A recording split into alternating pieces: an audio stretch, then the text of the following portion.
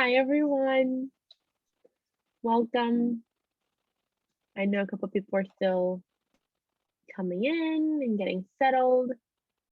No worries. There's John. I'm gonna go right in and to say hi, everyone. Again, I just said hi. It's okay.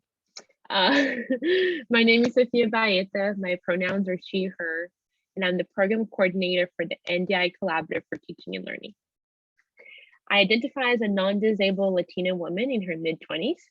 I have light skin, dark brown straight hair, and I'm wearing a green NDI shirt with a black sweater over it.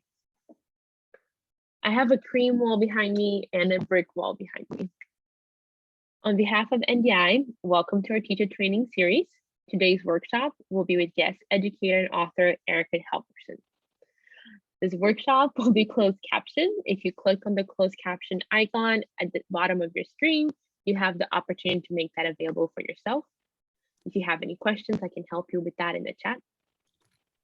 Please note that the session is being recorded. Additionally, a copy of the recording, the chat, and resources will be sent to you via email soon after this workshop, and you'll have access to them for 3 months. Although we are currently meeting via an online platform, the NDI Center is housed in what's currently called Harlem, New York. We would like to begin by acknowledging the Lenape people, the original stewards of the land on which the NDI Center is built. We offer respect to their ancestors and to the Black ancestors who shaped Harlem as we know it today. Our histories are intertwined. We traveled in their footsteps. Now I'm going to turn it over to Emily Meisner, the director of the NDI Club. Hello, everyone. It's good to see you all, some familiar faces and some new faces. Really looking forward to this workshop. And to introduce our special guest, I'm going to turn it to my colleague, Jessie Colon. Hello, everybody. Welcome. My name is Jessie. I am a teaching artist at NDI, and I am an alumna. And without further ado, I am thrilled to share with you, you know, when you're a little kid in NDI, the big kids probably everywhere you go are the coolest ones. And so when I was a little kid in NDI, Erica Halverson was one of the very, very cool big kids. So I toss it to you. Erica, take us away. Thank you, Jessie. Not such a big kid. Even if I was one of the oldest kids, I was still probably one of the tiniest kids. I still only top out at about 4'10". My now 15-year-old is like reaching great heights at 5'1.5". So just a little tidbit. Welcome, everyone. Thank you so much for joining me this afternoon for some time together. As Jessie said, I am an NDI alumna. I was an NDI dancer from 1984 to 1991. Jerry Corman was a musician then. Jamie Schleifer was one of my teachers. It's such a thrill to see both of you here, to see the younger generation here, and to get to meet some teaching artists from around the country who take the NDI method as part of their regular practice. Like all of you, I also live and work on Native land. I live in a place that the Ho-Chunk have called Dejope since time immemorial. I have struggled recently, and this is an interesting conversation for educators of all kinds. I've struggled recently with the land acknowledgement, in part because the acknowledgement doesn't begin to describe the violence with which the land was taken and repurposed. And I have been thinking in my own practice of ways to turn that acknowledgement into forward-thinking work, rather than simply acknowledging the land on which I work and live, but I don't have great solutions for that. So I look forward to folks' thoughts about that. There are not so many of us, so I would love to begin with a very short introductory activity that is a gift-giving activity. And actually, I'm going to pick on John because he and I have met before, and we co-participated in this activity together. So this is a very simple mechanism for introducing ourselves to one another that I've found particularly useful in virtual spaces, because in every classroom I enter, I always begin with an opening ritual, acknowledging that it's difficult to share space, it's difficult to be human among other humans, and it's difficult to be focused for any extended period of time, whether that's face-to-face or virtual.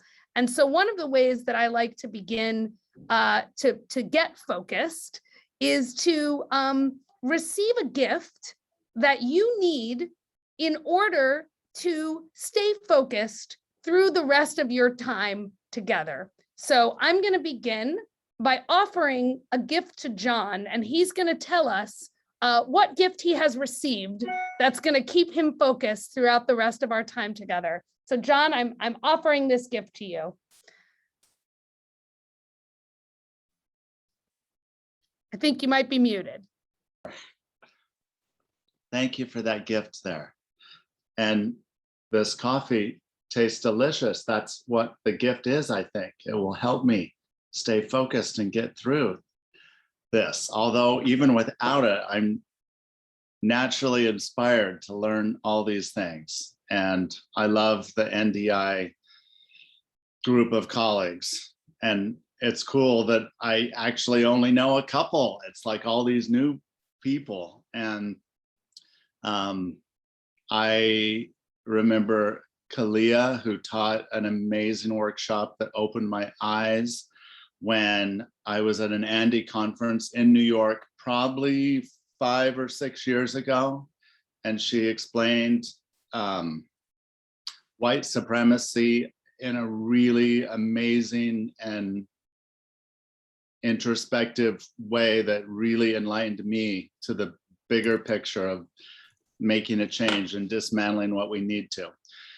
And so now, Erica, I'm wanting to now hand that to Kalia. Nope. Oh, great. So John's going to give a gift to Kalia. and she is going to let us know what gift she's receiving. Great. Thank you so much, John.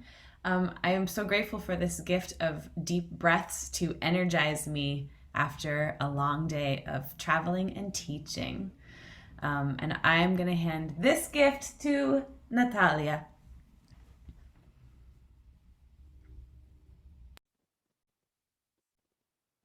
Thank you so much, Kalia. I am very happy to be here and to have the gift to share a space to talk about something as important as the education of the children and what's the best way to do so. So I will say that that will be my gift of focus, is the gift of the space and the time of everybody. And now I would love to share and to give to Sarah, because we shared our musicality workshop last Tuesday. That was wonderful. So Sarah. Thank you, Natalia, for that. I was thinking about that too. The gift that I'm so happy to receive today is this notebook that I've been copiously taking notes in through these workshops. I've brought so much of this into my classes over the last couple of weeks, and I just feel so grateful, and I hope you can appreciate it. It's like really beat up, which I know we feel sometimes. So I guess so thank you for this. And I'd like to, I see new faces for me too, but Andrea, I'd like to give a gift to you. I've known you for a long time as a artist, but also with my son. So thank you. Thank you so much, Sarah. Yes, it's so wonderful to see you. And actually, amazing, our gifts are the same. I also have this notebook because I found that I need to write everything down these days, because otherwise it just goes shoop, in one ear and out the other. And I am so thrilled to be here with everybody. And I am going to pass this gift to Pia. Hi, thank you. I want to say thank you to Sophia and to the collaborative team, because you guys always make the admin staff and Devo feel so welcome in your events. And it really helps us, I think, to be able to do our jobs better and to describe your work when we need to, and also just allows us to get to know the whole staff better. So I'm just really grateful to be here and hearing from all of you.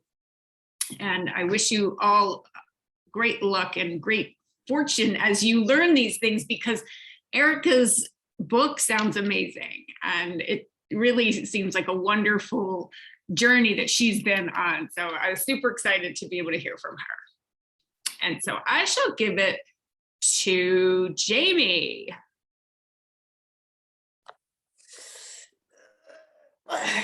Put it in my heart. Hi, everybody. I'm so happy to be here.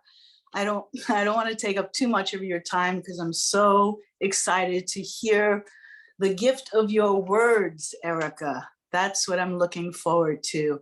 I am forever a teacher, but forever a student as well. So I thank you for having this workshop today. And I'm going to turn the gift over to you-know-who, Jerry. Thank you for this gift, Jamie, who I've known so long, who's such a big support. You have given me the gift of remembering to keep my shoulders back and straight. I'm in PT and I realize I've done 30 years of this. So you are reminding me, which will keep me energized. So thank you.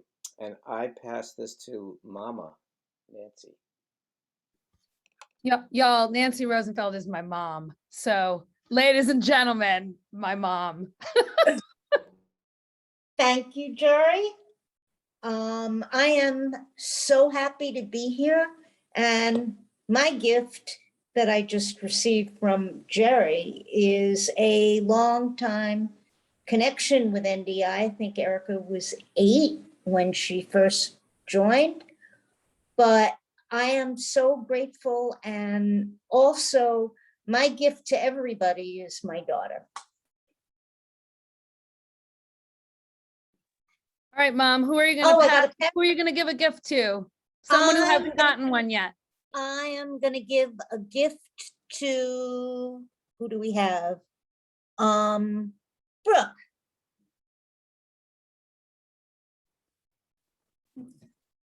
Thank you. I am actually thanking you for this gift of being able to turn off my camera now and then so that I can stretch, because it's been a long day in the chair and it's nice to just get up and move for a minute. So thank you. I'm going to pass the gift, my gift to, or a gift to Bree.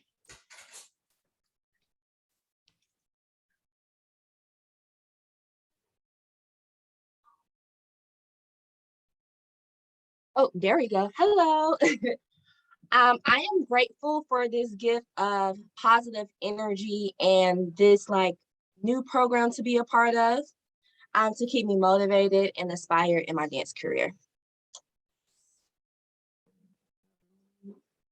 I give this gift to Tiana.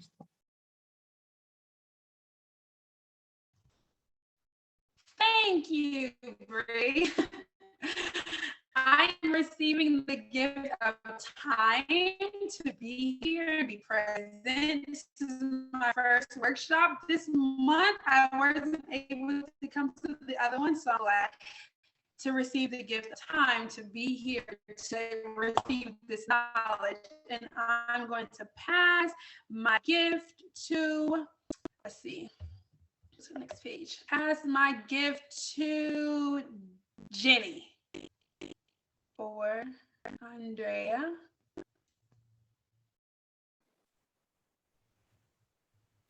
I'll take the gift. Did you say Jamie or Jenny? Jenny. Jenny came on camera. Oh, Jenny came on camera. Sorry, I was confused. I thought we had to grab the gift. Oh, sorry, I was confused. Hi, I accept this gift of a chance to take a break in a busy day. So thank you for that. And now I have to figure out who to pass it on to. Can you help me out with who is? I'll help you out. Anyone who Thank you. hasn't turned their camera on who would like to receive a gift, please do so. And I apologize, I'm doing this on my phone, so I'm not seeing the grid. Great, it looks like Donna is ready to receive a gift. All right. Sideways, Donna. I sort of love that, actually. Here you go, Donna, for you. I don't know what's happening, but I received the gift sideways. And I'm appreciative and have much gratitude because I'm going to turn my head this way, but it doesn't make a big difference. But that's okay. I am excited to be here with all you wonderful artists. Myself, I like Sarah and Natalia, I was at the music program, and it was such wonderful information. It just fed me to continue teaching with some new and innovative ideas. So I'm excited to spend this time in this space. And thank you for allowing me to have this, be in this space with you all. So I'm going to take this gift and I'm going to give it to, I think it's Ayla, Ayla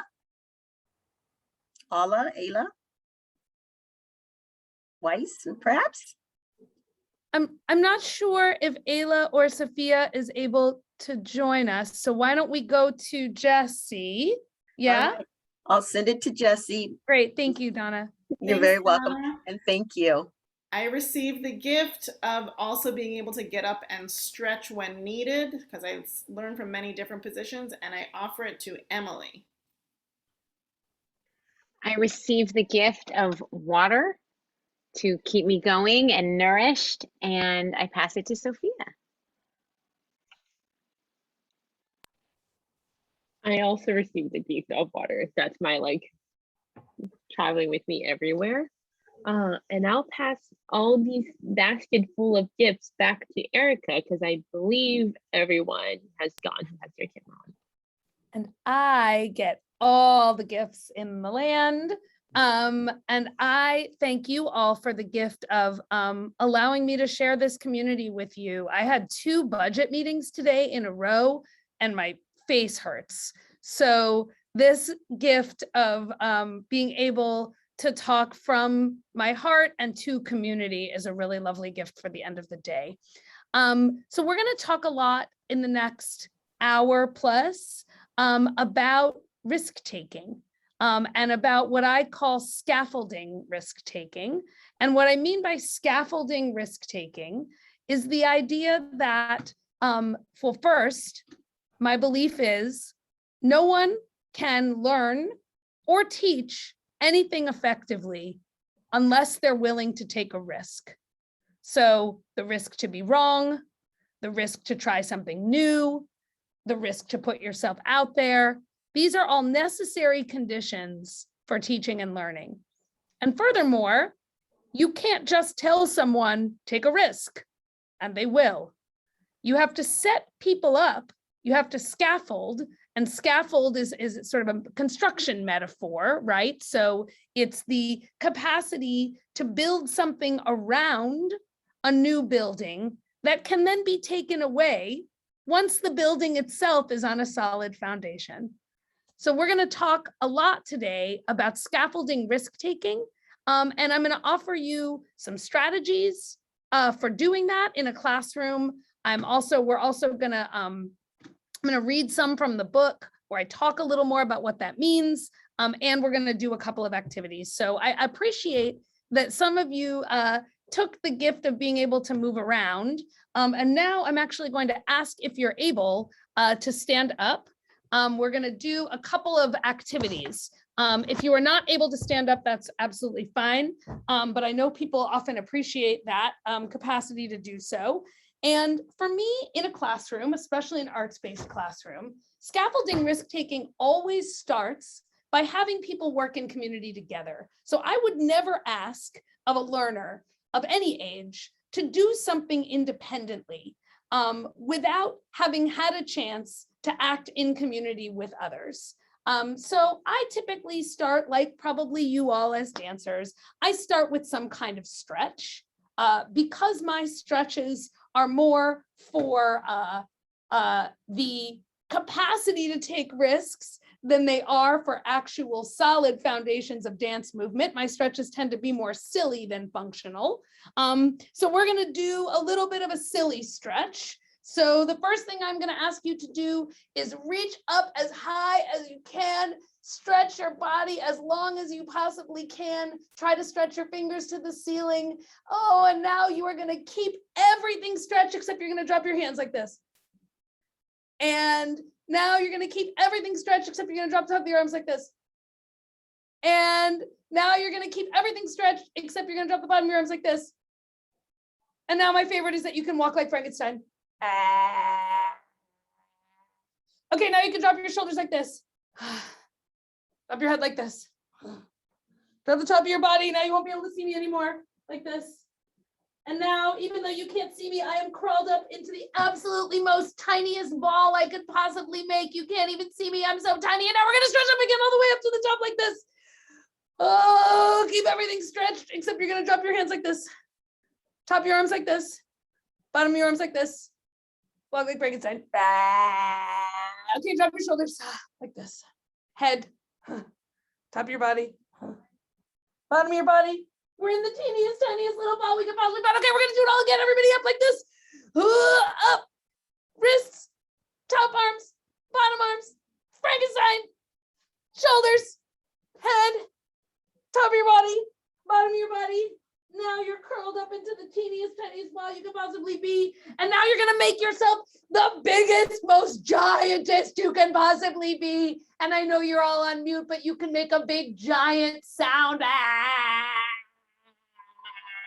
now you're gonna make a teeny, teeny, tiny ball and a little teeny, tiny sound that kind of sounds like this. Okay, now make a big, giant body and big, giant face. Teeny, teeny, tiny body, teeny, tiny face. Okay, big, giant body, big, giant face. Teeny, tiny. Okay, now you're gonna make a big, giant body and a teeny, tiny face. And maybe make a little teeny tiny sound like this. And now you're gonna make your body teeny tiny, but make your face super big like this. Okay.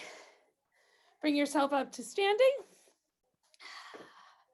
We feel a little bit silly. We feel a little bit ready to do things together. The next thing we're gonna do is sort of a classic warm-up shakeout, meaning we're gonna shake our right arm 8 times, then our left, then our right foot, then our left foot, and we're gonna count 1 to 8, right, left, then we're gonna go to 4, 1, 2, 3, 4, 1, 2, 3, 4, like that, then to 2, then to 1, give a giant Yahoo at the end when you're done.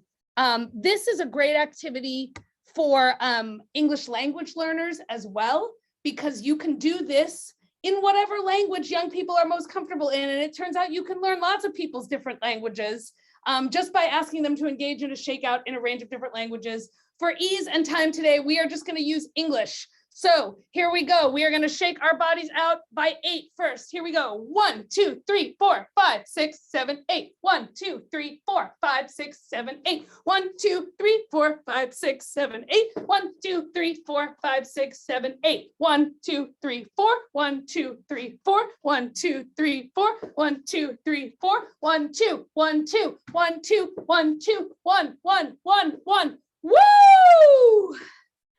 Okay. I'm feeling a little warm. I think I might take my pumpkin sweater off. I didn't realize I dressed like a pumpkin today, but you're welcome. Okay, I'm gonna ask if you feel comfortable for this next activity to turn your to turn your microphone on, to unmute. I know that for all of our rhythm-based people, this is going to drive you insane because the delay is going to make it so that we are not all doing the same thing at the same time. But I think it will be fine. This is a call and response game. It is my favorite. It is called sushi. Kids love it. I'll say a few things about it. First of all, it is designed for you not to get it right. That is on purpose. No one will be right. Second, the words are real words, but they're kind of nonsense words. That is also on purpose, so that we can all feel comfortable, if we are able, using our voices and our bodies at the same time in a call and response. So here we go. When I say 1, clap your hands. 1. 1. 1. 1. 1. 1. 1. When I say 2, you say sushi. And I'm making a crossing my hands motion and lifting up my leg. So 2. Sushi. Sushi. 2. Sushi. Sushi. 2. Sushi. 1. Sushi. 1. 1. 2. Sushi. 1. Oh, this is going great on Zoom. When I say 3, you say waffles. 3. Waffles. 3. Waffles. 1. 2. Sushi. 1. 2. Sushi. 3. Waffles. 1. Waffle. 3. Waffles. 2. Sushi. Sushi. 1. Sushi. 3. Waffles. Waffle. You guys are doing great. Okay, when I say 4, say point at the door. And you point at wherever door is in your room. 4. Point at the door. At the door. 4. Point at the door. At the 2. door. Sushi. Sushi. 2. Sushi. Sushi. I heard 1. you. 4. Point at the door. 3. Waffle. 3. Waffle. 2. Waffle. Sushi. Sushi. 1. 1. 4. At the door. Point at the door. Waffle. Waffles. Waffle. 2. Sushi. Sushi. When I say 5, Oh God. It's you say showtime. 5. Showtime. 4. Point at the door. Door. 3. Waffle. Waffles. 2. Sushi. Sushi. Point at the door. Point at the door. 1. 2. Sushi. Sushi. Waffles. Waffle. Waffles. 4. At the door. At the door. Showtime. 2. Sushi. 5. Showtime. All right. Go time. So that's sushi. I'm going to go ahead and take a seat because we're going to do a little talky talk now. You're welcome to stay standing if that feels more comfortable for you. I guess before I talk a little more about particular strategies for scaffolding risk taking, I wondered if anyone had some reflections on what we just did. What did you notice, if anything, about the flow of those 3 activities, or anything particular about your participation in any of those activities? Well, it broke the ice and got me laughing and joyful and outward focused. It got you laughing and joyful and outward focused. John, say a little more about what you mean by outward focused. Well, I felt safe to participate, and because it was fun and humorous. And so I didn't feel self-conscious or insecure. Because it was fun and humorous, I was able to have my focus outward and just have fun. Great. I really love those sentiments. I think the idea, I obviously as a comedian rely on humor as a way to get folks outside of themselves. But I also think there's something very important about the activities being a little bit nonsensy so that we worry less about doing it right. Because doing it right, what does doing it right look like? What does it even mean to do that game right? You know, I'm making it up as I'm going along. I don't know what I'm going to say before I say it. And so you all don't know what you're going to receive. And that releases the pressure valve a little bit, right? For participants, like, well, I don't know, I'm just going to do my best. I've never done that on Zoom before. I thought it was pretty hilarious. In the room, that similar tension breaking, I typically have people stand in a circle so that they're facing one another rather than facing the teacher, or rather than facing a mirror. I typically have the group face in, so you get to watch other people screw it up too, right? So you don't just feel that the pressure is on you. You know that that person's not doing it right. You're not doing it right. And that's what makes it even.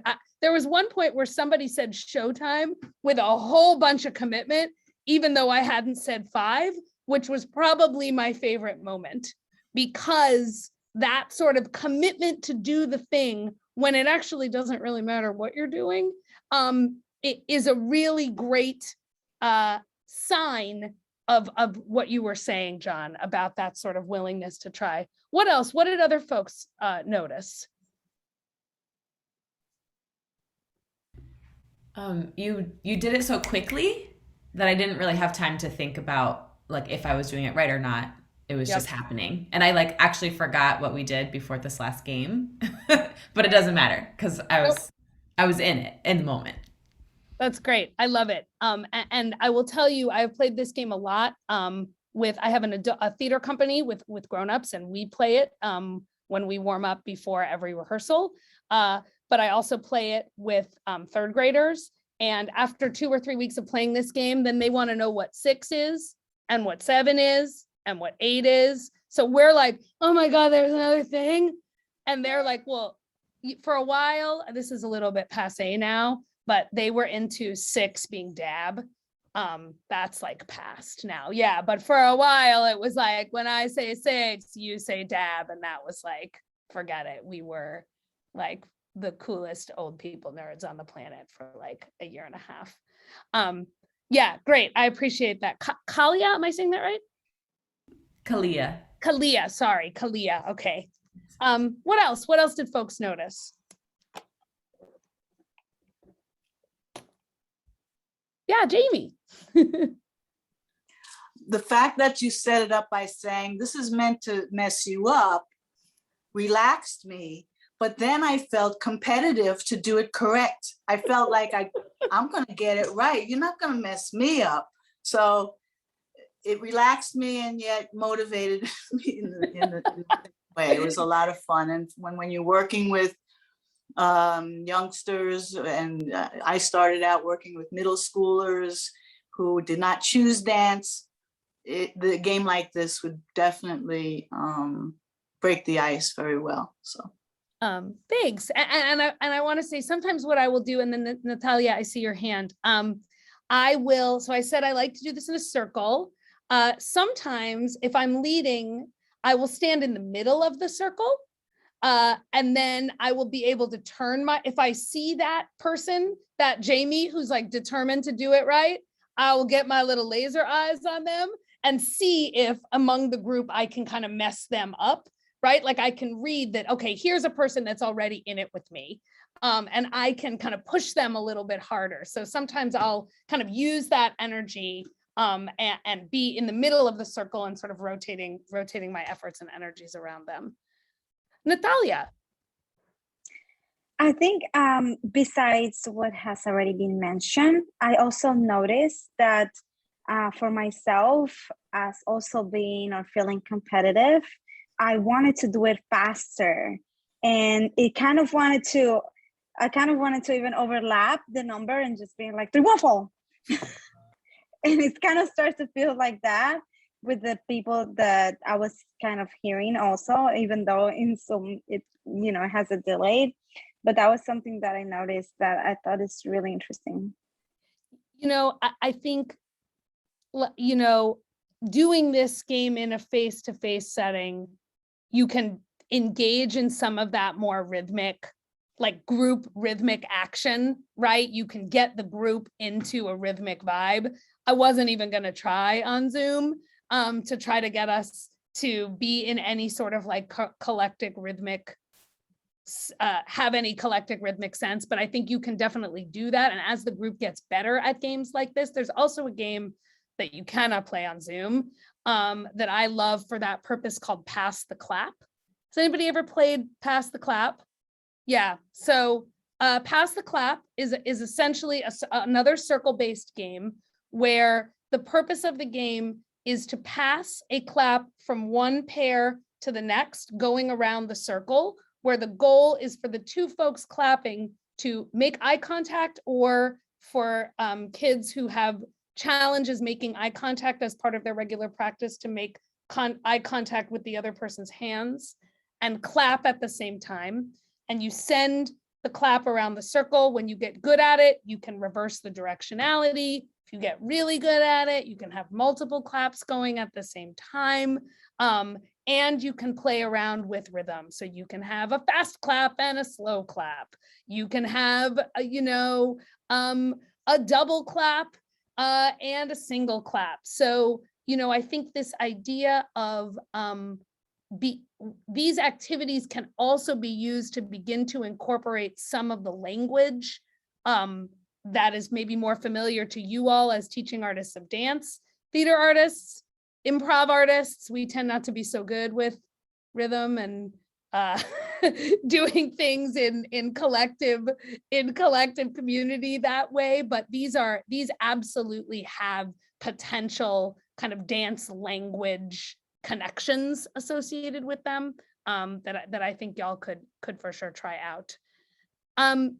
I just want to check in with my colleagues. We were gonna do the kind of listening and critique activity, but I'm feeling like I would rather talk a little more about scaffolding risk-taking and then do that at the end. Does that seem okay? Okay, great.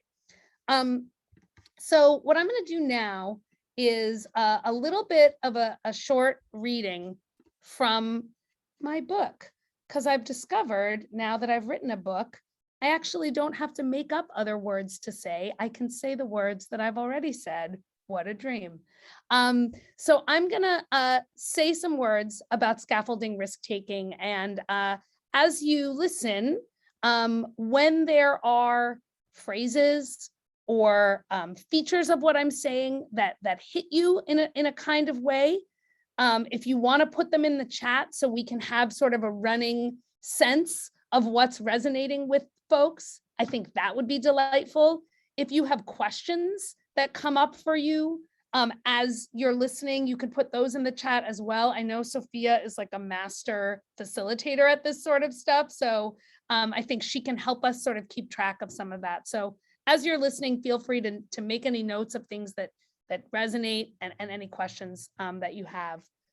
So in a little while, we are going to listen to my all-time favorite musical track on any album ever.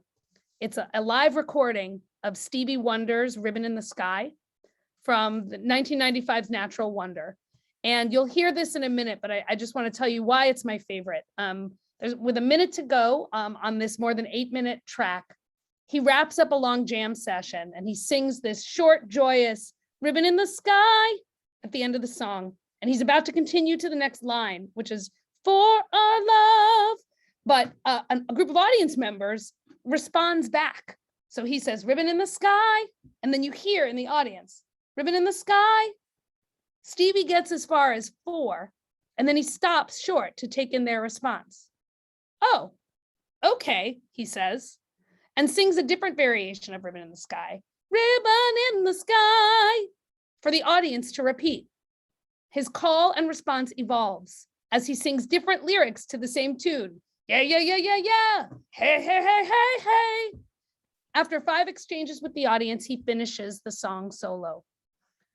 The reason I continually return to this performance and this moment as a touchstone is that in the split second it takes Stevie to hear what his audience is giving him, to acknowledge it, to incorporate it, and to make it a part of the performance, he has created a large-scale learning moment. This is what we call in education speak constructivism, at its most public and most literal. The ability to read what another person, or in Stevie's case, thousands of people, are giving you, to understand where they are in the meaning-making process, and to actively bring that meaning-making into the co-creation of something new is the ultimate teachable moment. The improvisation that happens over the span of this 26 seconds inspires my own work. In this moment, Stevie is teaching. This form of teaching is based on the features of artistic improvisation, and it points to a method for teachers to make learning possible for all kids. Since we are committed to learning as creating and sharing collaborative representations that are focused on identity, we need an equivalent theory of teaching that makes these learning outcomes possible. Enter improv, stage left. I'm going to briefly review the 4 rules of improv, which I've adapted from Tina Fey's memoir, Bossy Pants, where she describes how the rules of improv might save the world. Rule number 1, always say yes. When we improvise with one another, it is crucial that we always affirm what our partner gives us. This does not mean we can't say the word no. It means that we can't pretend as if the other person didn't offer us something. If I start a scene by saying I have a hand growing out of my head, the only thing you can't say is, no, you don't. You might respond, that's terrifying, or how did it get there, or high five. But you must acknowledge that what I've said and incorporate it into your response. The same goes for teaching. Taking an improvisational stance means acknowledging that what students bring into the classroom is the foundation of any learning experience. Number 2, actually say yes and. As teachers, we go beyond affirmation toward working with students to build new ideas from our existing ones. In this way, learning is a productive dialogue among the people and tools within a learning environment. The and in the yes and reminds us that keeping the interaction going is the key to inviting learners to create new rounds of representations. Rule 3, make statements. When you don't know the answer to a question, or you have a specific direction you would like students to go in, it is okay to say so. Make a clear statement about what you think or what you feel, and that will move the interaction forward. Imagine listening to an improv jazz band when no musician steps forward to take a turn as a soloist. The piece stagnates, musicians get stuck, and audiences get bored. Knowing when to take the lead in a learning environment is a marker of effective improvisational teaching. Rule 4, turn mistakes into opportunities. This is a great way to engage students' prior knowledge in learning something new. If a concept is unfamiliar and intimidating, students are likely to resist engaging with it. Encouraging participants to engage with whatever they have to say gets the interaction cycle happening. If their contribution is way off base, teachers and other participants can build on it to create a meaningful context. Any contribution, including mistakes, can advance a discussion.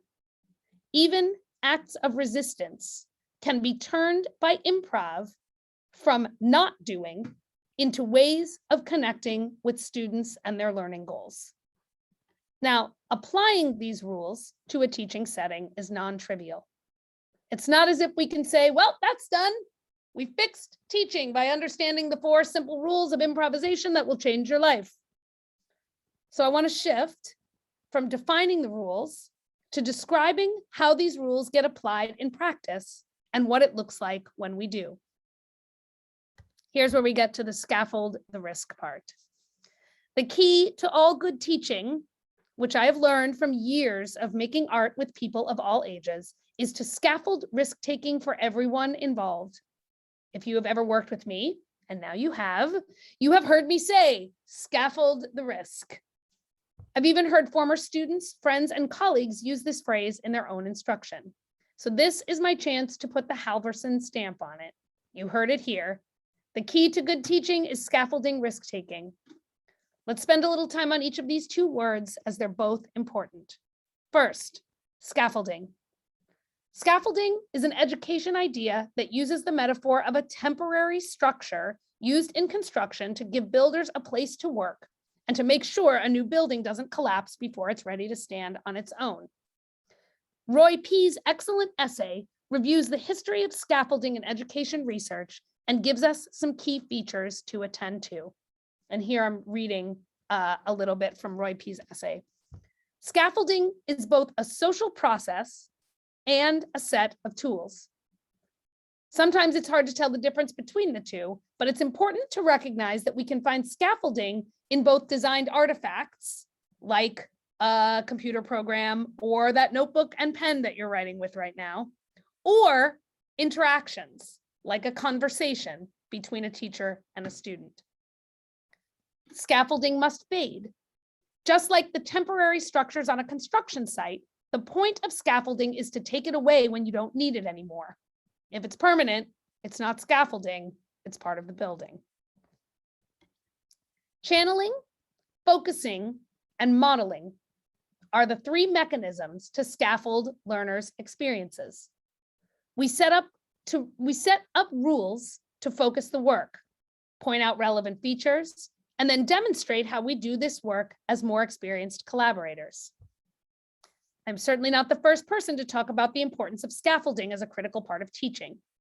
What is different here is that I use the concept of scaffolding not for learning specific content, but as a necessary part of any successful learning environment. Without scaffolding, risk-taking becomes very expensive. I have dedicated a lot of the chapter of my book on teaching to arguing that what we do when we teach is improvise. And I acknowledge that many, many people get afraid when they hear the word improv. Why? Because it is a huge risk to put yourself out there in a scene and make stuff up as you go along, hoping it makes sense and that people like it. The exact same thing is true of teaching and learning. One of the main reasons that people don't volunteer ideas in a group setting is that they are afraid of being wrong. Many classrooms are dominated by a small group of voices who take all the risks and are always heard. This kind of classroom can evolve into fixed camps of participants where the cognitive load is not shared evenly across learners.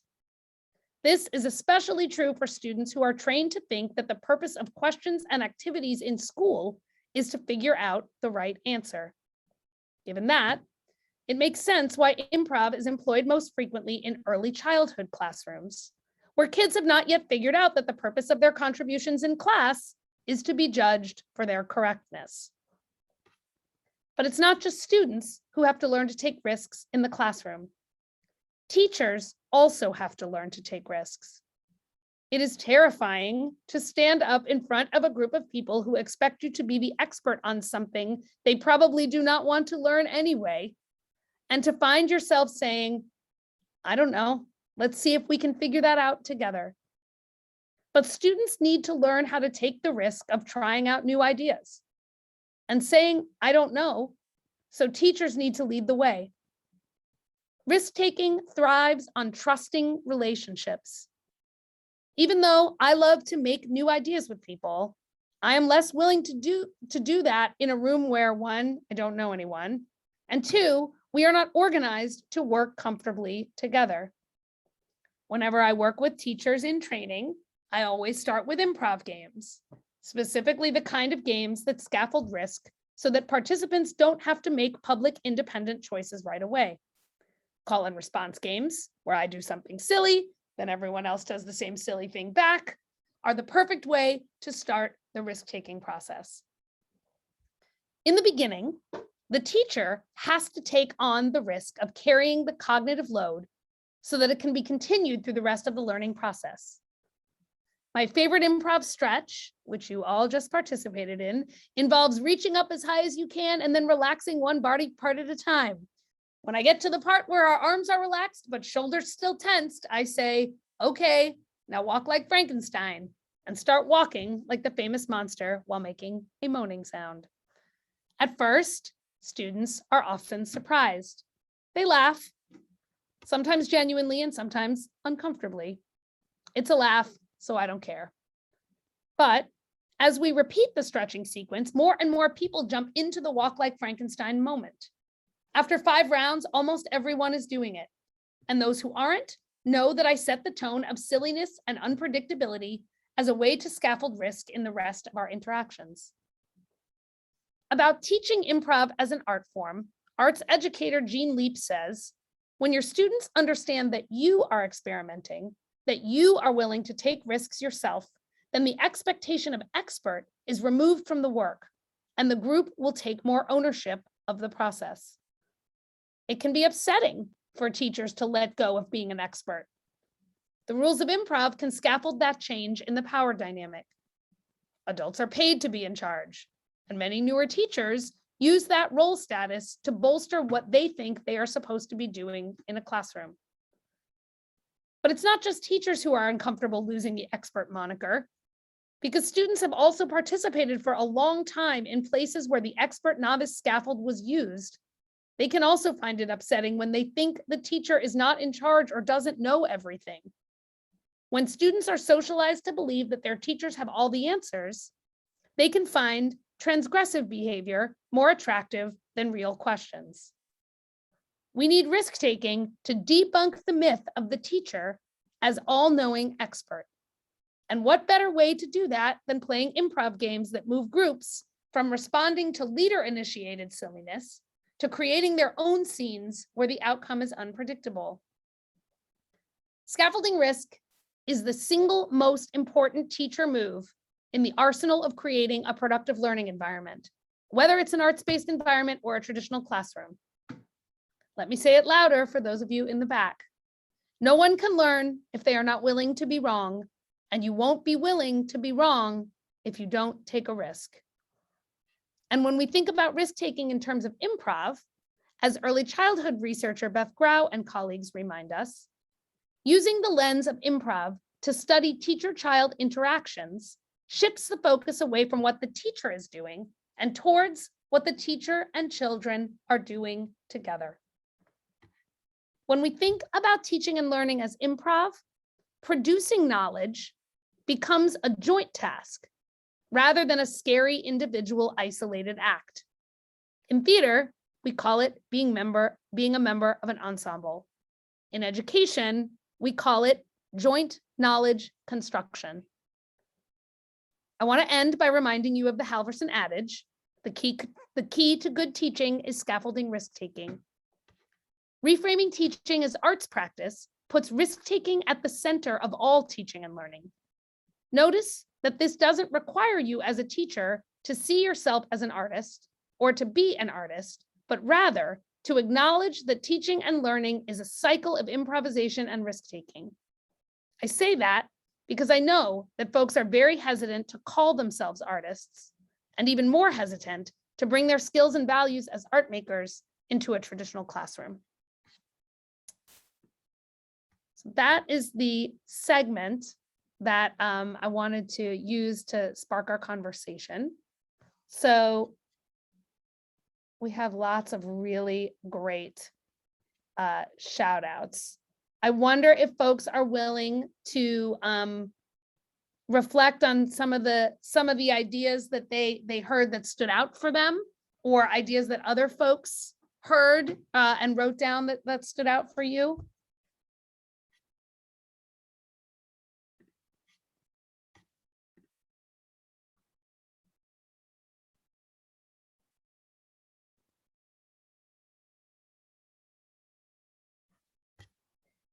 Bree, are you raising your hand like a good student?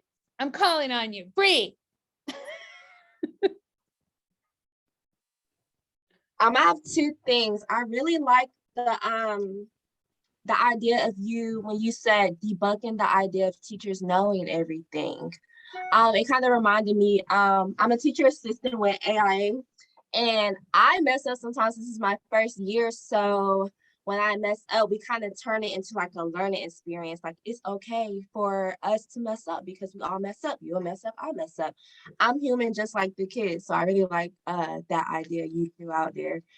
Also, I wanted you, if you don't mind, to go back to that quote. You said something about if you're not willing, something about willing to learn. It was like, can you repeat that? Because I really want to write that down. No one can learn if they are not willing to be wrong, and you won't be willing to be wrong if you don't take a risk. Yes, I love it. I love it. Thank you. You're welcome. And I also just want to point out that I think in addition to modeling for students that teachers can sometimes make mistakes, I also think it's important to turn mistakes, quote unquote mistakes, into productive parts of the art making process. So art evolves when we produce it in ways that maybe we hadn't initially intended. And oftentimes a mistake becomes an opportunity to produce something new, and leaves open the possibility that perhaps, Bree, the way you do something may look different than the way it was quote unquote choreographed, intended, designed, but it may produce something equally fabulous and innovative. So I think sometimes, right, a mistake is a mistake, and we know we were supposed to have gone left when we went right, and that makes us run into somebody, and that becomes dangerous, and nobody likes bonking heads. But sometimes, you know, a move that was designed in a classical style actually feels better in a body in another kind of style. And the art form itself can co-develop along with the folks who are in the room. So that's a sort of a yes and to your comment about it being not only okay for the adults in the room to make mistakes, but can be then become part of the way in which we make art together. Natalia. So I also would like to add the part where you mentioned that what students bring are the foundations of learning.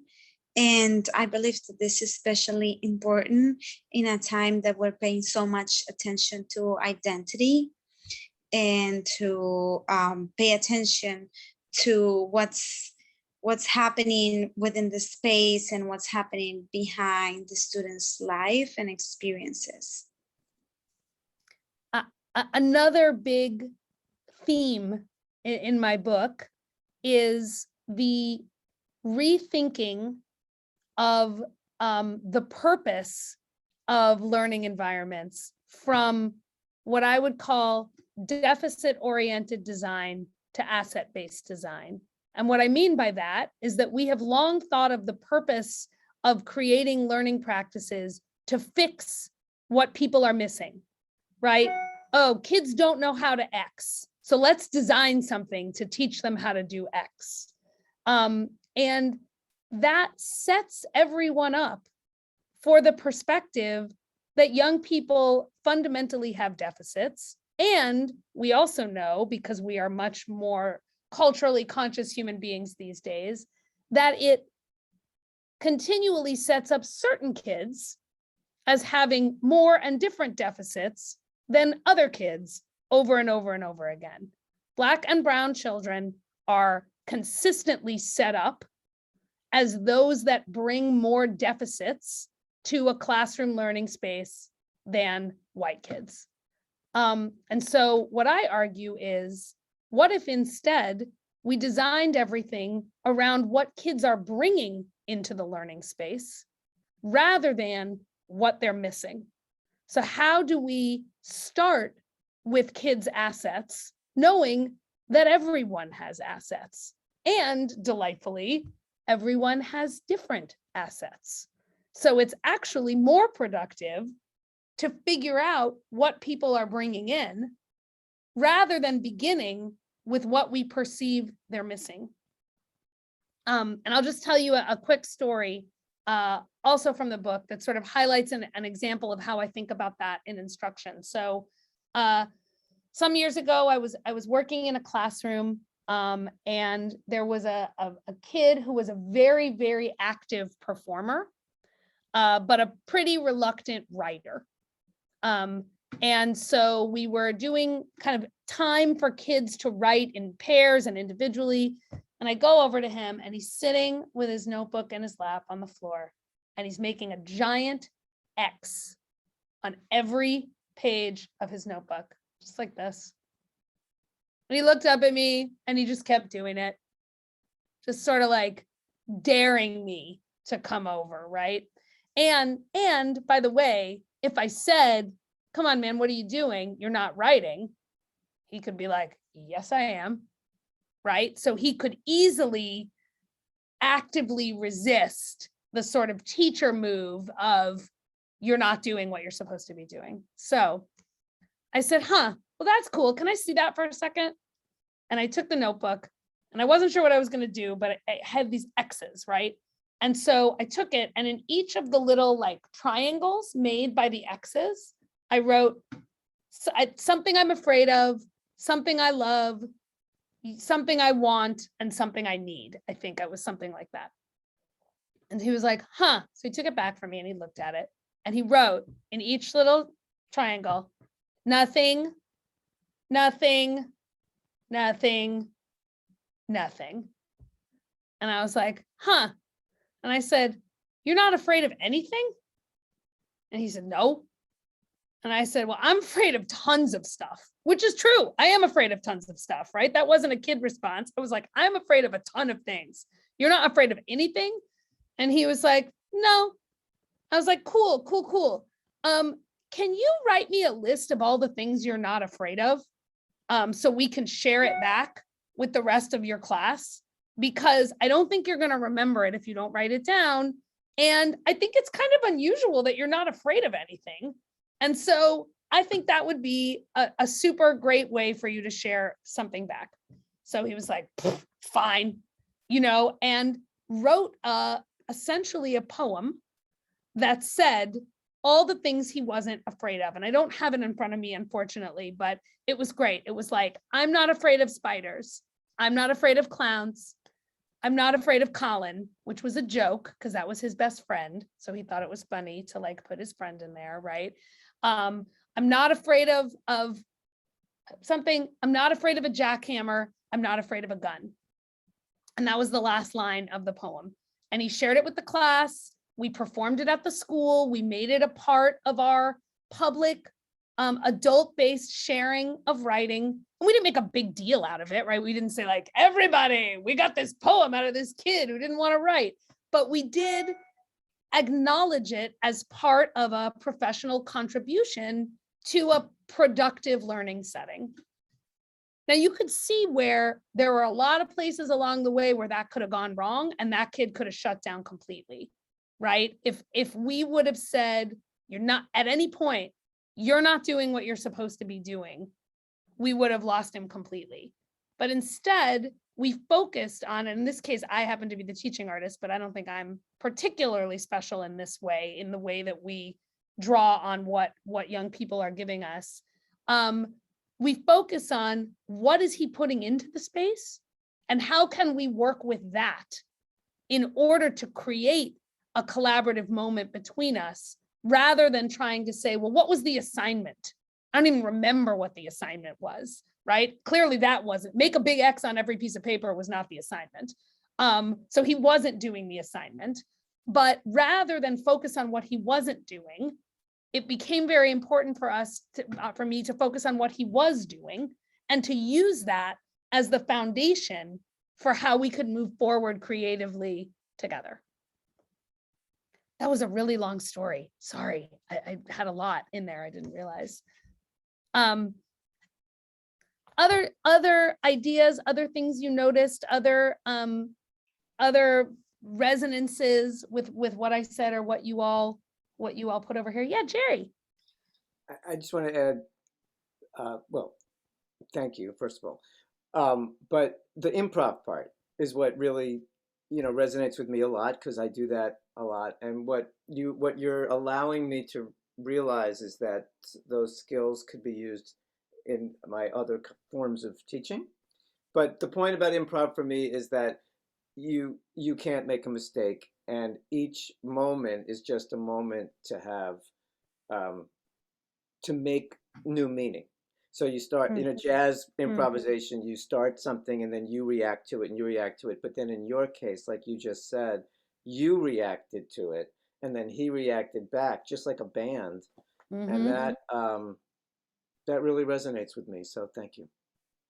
I appreciate that too, Jerry, because it's been interesting to try to communicate that improv is a genre that runs across multiple art forms and isn't necessarily an art form in and of itself, but rather a way of collectively producing art that stretches across music, dance, theater, probably the visual arts, although I'm not enough of a visual artist. I mean, I've done some stuff with the maker movement, and I think making in that sense is quite improvisational, but it's a way of working rather than an art form in and of itself. And also I think between art forms, right? I mean, I know that you've probably done this in your work with NDI. I've seen it. Certainly I have a friend who's an Afro-Brazilian drummer who collaborates with dancers all the time, right? Where the improvisation happens across musical forms, right? Drummers and dancers together. And I'm sure you're engaged in sort of speaking improvisationally across the music that you make and the physical sort of dance work of NDI teaching artists and young dancers. So far, they still pay me for it. Yes, thank you. Yeah, Kalia.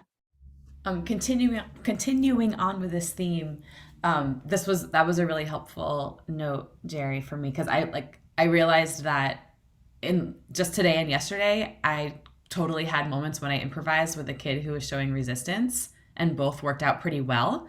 But it's really helpful for me to think about those moments as an opportunity to improvise, because I think I'm often entering those moments like, how am I going to get this kid to do the thing I want them to do? But instead thinking about it as, ooh, improvisation moment, excellent. That's like a whole different energy. So that's really exciting to me. And I will be honest with you, those are the kids that I love working with the most. Is, the kids who engage in passive resistance can be more challenging, because I think there's a hesitancy to even take the first step that can be really hard. But the kids that engage in active resistance, I'm like, oh, you want to make something. Okay, let's make something, right? And at least for me, and I know for many of you who do artist in residence programs in schools during school time, many of those kids are the kids who are constantly told, sit down, why are you wandering over there? Did I say it was time to read? Take that, right? The kids who are engaged in that form of active resistance, I think, benefit the most from the opportunity to engage in these arts-based improvisational moments, because the rest of their school day, I think, is so much about having to follow rules that they don't want to follow because nobody's explaining to them why on earth they're supposed to be following them. I will say, sorry, now I'm all chatty. I also like kids engaged in passive resistance. And one of the strategies that we use to get kids who might be hesitant to step into the risk-taking space is to identify roles for them that require less risk-taking, but are still necessary. So a very silly example, we do a lot of group story writing. And in that group story writing, we will often produce like an overly giant piece of paper with a story on it that we will use to perform for the rest of the class. This is going to sound so silly. Somebody's got to hold that paper, because if somebody isn't holding the paper, the folks saying the lines don't know what they're supposed to say. And paper holder, if you are a nervous performer, is a very crucial role to play in a collaborative art making space. I can't tell you how many kids I have been like, oh, I am so genuinely glad we have a paper holder, because we cannot make this show without you. There are ways to involve, or I've had kids who maybe don't want to participate in the sort of group circle improvisation sort of call and response activities. So sometimes we've designated kids as observers. And we say, okay, your job is to observe and to notice, and to tell us what you notice, and to give some feedback to your classmates about what you notice about this activity. For example, in Pass the Clap, when did you notice, what did you notice about the sound? Oh, you noticed it speeded up? When did you notice that? Cool. Was that on purpose? Did we speed up on purpose? No, that just happened naturally. Isn't that interesting?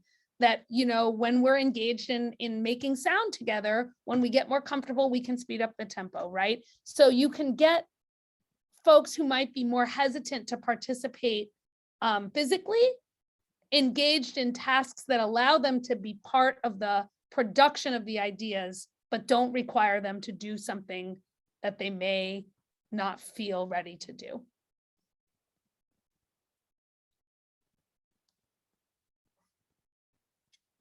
Other folks, stuff we haven't gotten to, things that you notice?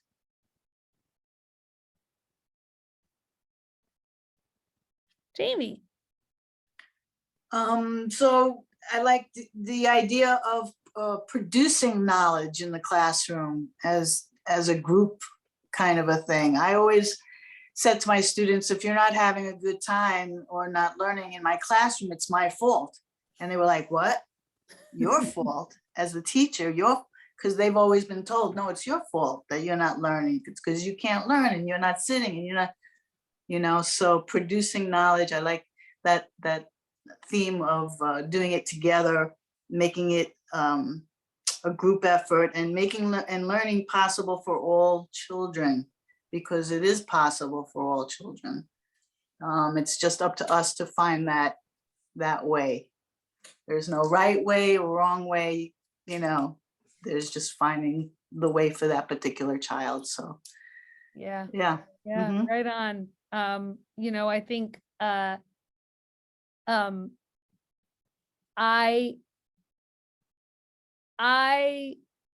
something that is probably different for NDI folks, although this may have changed over the years. When I was in NDI, we didn't do very much choreography. That wasn't a part of our regular practice. And that, you know, I'm an actor and a writer now, rather than a dancer specifically, but co-creating new work is something that I really value in my art making work with young people. And so, you know, I would encourage all of you, if that is possible in your practice, to think about the ways in which the language of choreography can be one of the tools used in the sort of joint construction of knowledge, because I think making new things together is one of the most not only robust ways that we can learn, but also a way to bring in a range of different cultural practices into the making of an artistic artifact. And I'll just tell you all about one research lab that I really admire, which is based out of Boston. And I think they're called the I may have the words wrong, but it's something like the Embodied Physics Learning Lab. And don't be afraid that it has the word physics in it. They are a group of African-American women who are both dancers and former science teachers. And they work with African-American girls to create dances that are have science principles embedded in the choreographic structure. So they have written about this incredible example of the ways in which young women explored things like density and molecular structure through, balletic and crumping dance forms, and the ways in which, like, the heaviness of crumping, the physical heaviness, contrasted with the sort of physical lightness of balletic movement, allowed the girls to both draw on these different sets of artistic and cultural expertise, and also communicate something sort of sophisticated about science. It's super duper duper cool work. And among the things I love about it is the idea that art forms then become equally valued as tools for expressing other kinds of complicated ideas. So I love the notion of making dance together, making theater together, making song together as one of the key mechanisms for learning. Yeah, Sarah, you have your virtual hand up. I just, as you were talking about a student who might be resistant in a certain activity, I had the privilege of helping to be a coordinator at a school that NDI was based in, and I still remember there was a student who just did not want to sing when it was time for that to happen, and the music person just took him over and said, I need a percussionist. Would you, can you hold this drum, and can you, okay. And he taught him a little beat, and that was just so amazing. And I remember at the time just being so, impressed with all of that, but also that the students, like all the other students, it didn't change their path, right? They still were enjoying doing the song, and they just accepted that this boy was gonna be a drummer in that. And I just, that was resonating in my mind, because all these years that's just been something that I've tried to kind of keep in the back of my mind, if I can, to incorporate that sort of thinking. And now what you're saying about that it's not just distracting, you're actually creating something new in doing that together. So I just, I like having this vocabulary to sort of put with what I saw and what I experienced with that. I love that so much. And the idea that, I'm a big fan of earnestness in teaching. And what I mean by that is, in your comments, Sarah, that you are genuinely creating something new, right? That's not a thing that you say to kids to get them to do something cute. You are creating something new, right? And so I'm sort of a fan of saying, like, one of the reasons that I love writing stories with kids in groups is because literally no one has ever written that story before, right? Have we used those words? Probably, right? Like, have I written 8,000 arguments with kids about why we should have pets in school? Yes. 8,000 stories about, we have a day in my creative arts program that I run, Whoop and Soccer, called Make a Change, where kids write about something they want to change, either in their local community or in the more global world. And we get everything from, letters to Michelle Obama about why she should run for president, all the way to, like, why we should have pets in school. So, like, I've written a lot of stories about, like, why it would be better to, like, have your cat, like, in your desk.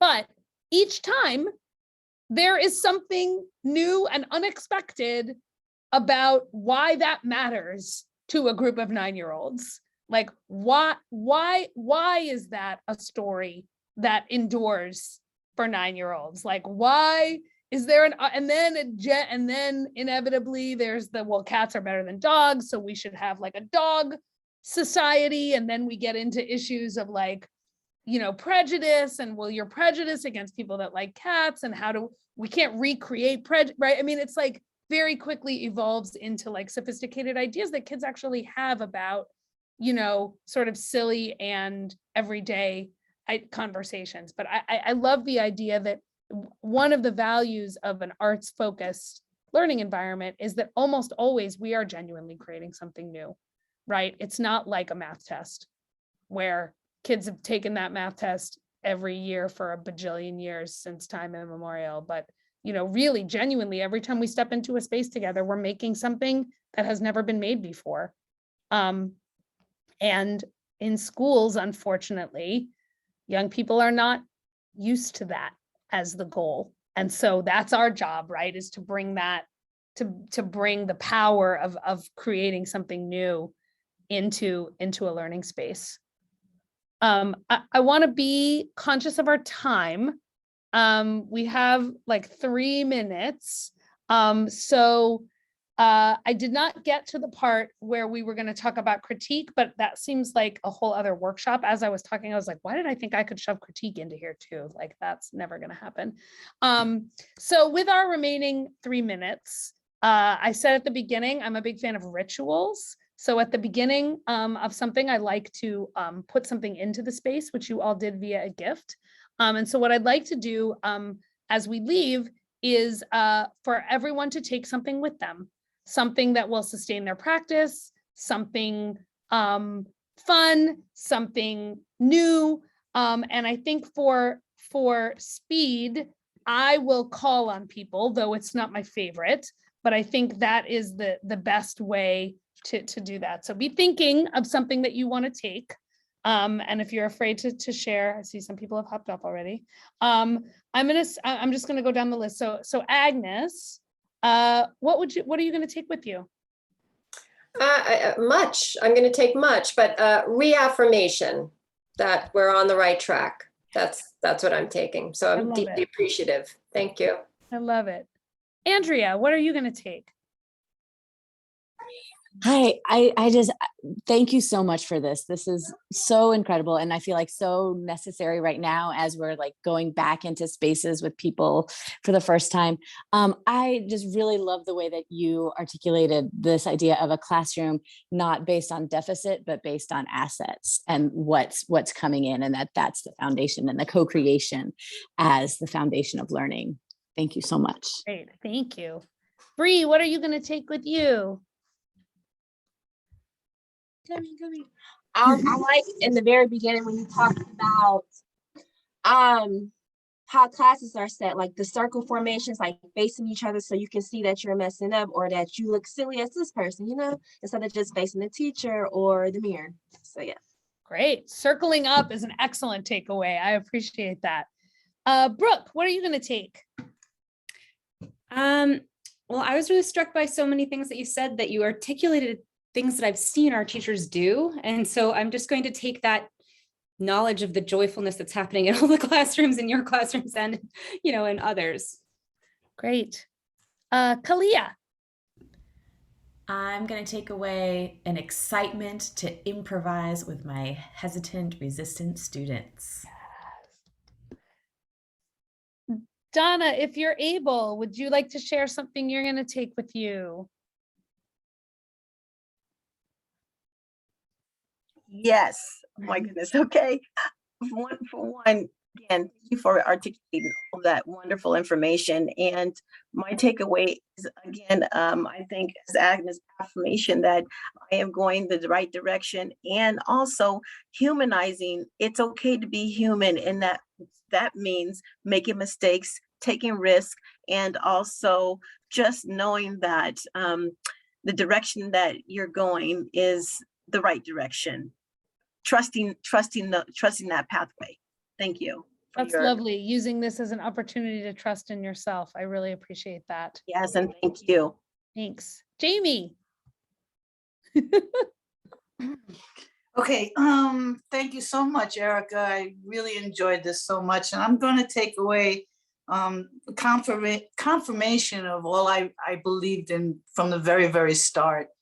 You're preaching to the choir, and I just have to, I retired from public school teaching 8 years ago. The world of teaching has changed. So for me, it's how to include all this in the new world of teaching and Zooming and choreographing and doing all that, and convincing others to do so as well. So thank you. Thanks, Amy. John. Unmute here. I am going to take just this approach of not deficit-based, but asset-based. And I want to learn more about it because I do tend to say, well, I'm going to create what I see is missing. And I see value to that, but I need to explore this other part more. Maybe be a little less directive towards the children and more pulling them in. I love that. Thank you. Yeah. Mom, do you want to take something with you? Yeah, I take pride. I'm so proud of you because you've taken what NDI gave you and created and built on that. And that's really cool. So that's what I take. Thanks, Mom. Natalia. I am going to take the ability to transform mistakes into opportunities. I think that's one of the many things that I will take, but definitely the one that I want to start working on right away. Wonderful. Thank you so much. Sarah. I'm doing a lot of new programming, and so I'm feeling a lot of pressure to come in with great stuff and have it be fun and all those things. And so this is especially helpful, and I am definitely going to take away the idea of that I'm improvising and that we're co-creating something together, even if I am the one coming in with the plan. That can change and it can evolve, and I don't have to have all of that. I'll just use the word responsibility, that I can share some of that with the students, and they can probably come up with something better than what I had planned anyway. or at least something else. Yeah. So if not better, they can come up with something else. Yeah. And relieves the pressure a little bit. Tiana.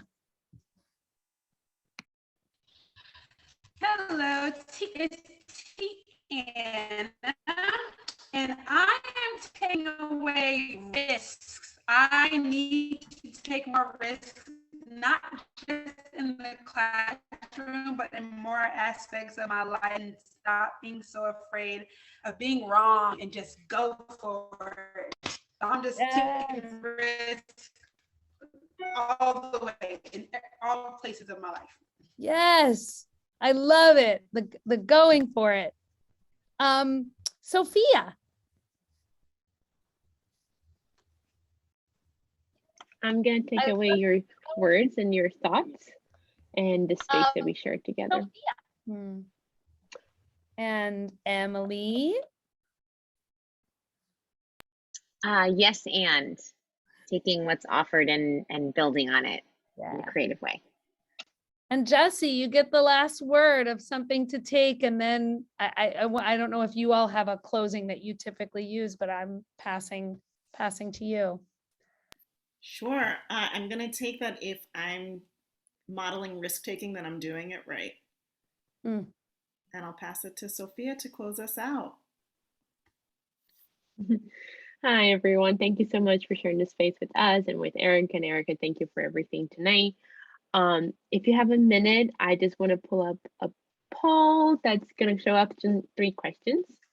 If you can take a second just to fill that out. Also, if you'd like to purchase Eric's book, we have a discount code for you. So I'm putting that in the chat. And I will also share that information again in an email later this week, as long as with the recording, the chat, everything we said in the chat, and any other resources. Yeah, and if you're interested in enrolling in more NDI trainings, we have the NDI fundamentals training starting next week. You can check our website, ndicollaborative.org, or you can also email me. You can reply to my email. And if you have any other questions about our programming, I'm here. And if you have any more questions tonight, we're going to stay for a couple minutes. And yeah, thank you so much. Stay safe and keep dancing, everyone. Thank you. Thanks, everybody. Mom, I'll talk to you later. If you're still here, you can come off mute. We got to do one more give it up for Erica. So come off mute and let's just give it up for sharing all the amazing knowledge. Thank you. Thank you. That was great. That was great. Thank you so much, Erica. We so appreciate all that you shared with us. Thanks. Thank More, you, Erica. more. Part 2, when is that happening? The stuff you didn't get to. I hope so. I mean, I think we're hoping to be in. We got plans. Yeah, we have. There you go. We have plans. That's right. I actually. We have plans. Are we still recording? Oh, okay. Oh, I just wanted to this is tell a great reminder.